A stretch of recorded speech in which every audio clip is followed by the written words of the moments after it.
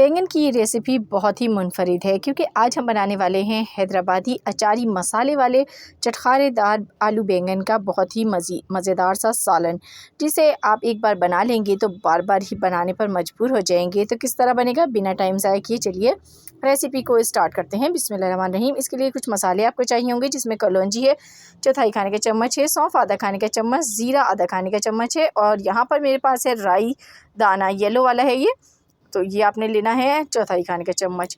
Red chilli powder आधा खाने का चम्मच, नमक आधा खाने का चम्मच, हल्दी चौथाई खाने का चम्मच और धनिया पाउडर आधा खाने का चम्मच है।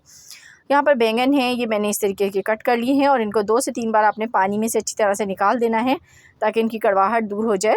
उसके बाद आपने लेने हैं टमाटर 3 से 4 अदद और उनको काट लें। आलू ले लें हस्ब ज़रूरत, 1 अदद प्याज ली है यहाँ पर मैंने, और लहसुन अदरक का पेस्ट है मेरे पास। तो ये हस्ब ज़रूरत हम इसमें इस्तेमाल करेंगे। तमाम चीज़ें जब मैं डालूँगी तो आपको साथ साथ भी बताती जाऊँगी। तो सामान पहले से रेडी करके रख लिया है। अब लेंगे अब हम एक कढ़ाई और उसके अंदर हम डालेंगे मस्टर्ड ऑयल। मस्टर्ड ऑयल अगर आपके पास नहीं है तो आप कुकिंग ऑयल भी इस्तेमाल कर सकते हैं। तो यहाँ पर ये जैसे ही गर्म हो गया है, उसके बाद मैंने इसमें मेथी दाना डाला है। थोड़ा सा मेथी दाना आपने लेना है, 10 से 12 दाने, और इसमें डाल देंगे। इसको जब तक इस पर एक कलर नहीं आ जाता तब तक इसको पकाएंगे।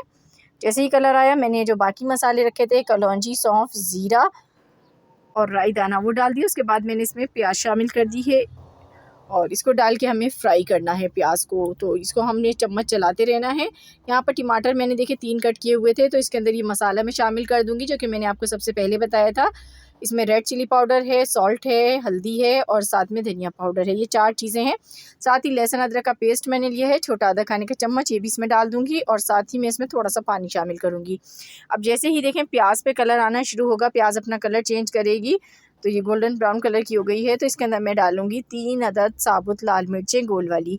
अब ये जो मैंने टमाटर का मिक्सचर बना के रखा है, ये इसमें डाल देंगे और ढक्कन फ़ौरन से आपने लिड लगानी है, इससे इसका बघार बहुत अच्छा सा रेडी होगा। तो बस देखें, अब मैंने इसको जैसे ही इसमें डाला और फटाफट मैंने इसको लिड लगा दी। अब लिड हटाएंगे और ये देखें, अब ये डाल के हम मिक्स करेंगे और इसको 2 से 3 मिनट तक हम इसी तरह से पकने देंगे। 2 से 3 मिनट के बाद देखिए यहाँ पे टमाटर जो है वो सॉफ़्ट हो चुके हैं, पक चुके हैं। तो अब इसके अंदर हमें शामिल करने हैं आलू। तो आलू जो है यहाँ पर मैंने 2 अदद बड़े साइज़ के लिए हैं, तो आप अपने हिसाब से कर लीजिएगा। और आलू का जो कटिंग है वो थोड़ी सी मीडियम रखनी है, बहुत छोटे आलू कट नहीं करने इसमें।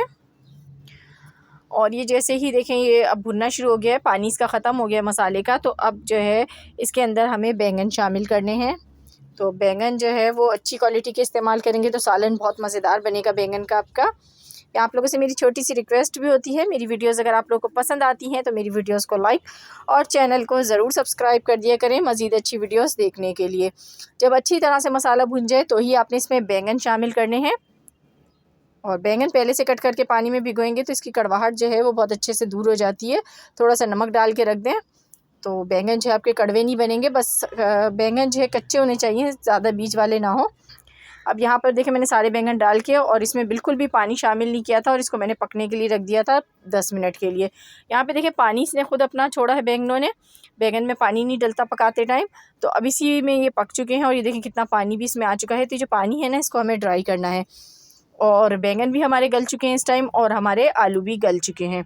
तो ये देखें मैं इसको अच्छी तरह से भूनूंगी, भूनना बहुत ज़्यादा ज़रूरी है, तभी इसका फ्लेवर अच्छा आएगा। जब आपको लगे कि बहुत अच्छे से भुन गए हैं, ऑयल सरफेस पर आ गया, तो इसमें मैं धनिया डाल दूंगी, बस हरा धनिया डालना है ऊपर से। और एक चीज़ मज़ीद शामिल करूंगी जो कि इसके फ्लेवर को बहुत ज़्यादा बढ़ा देगी। तो यहाँ पर मेरे पास इमली का पल्प है, तो मैंने यहाँ पर 8 से 10 इमली के दाने लिए, उनका पल्प निकाल लिया है और उसे गुठली से अलग करके और इसमें डाल दिया है। इससे ये खट्टे मज़ेदार से चटपटे से हमारे बैंगन बन के तैयार होंगे। तो इसको डाल के बस आपने 30 सेकंड तक ही जो है घुमाना है, उसके बाद इसको डिश आउट करते हैं। तो लीजिए, मज़ेदार से हमारे आलू बैंगन हैदराबादी बन के तैयार हो गए हैं।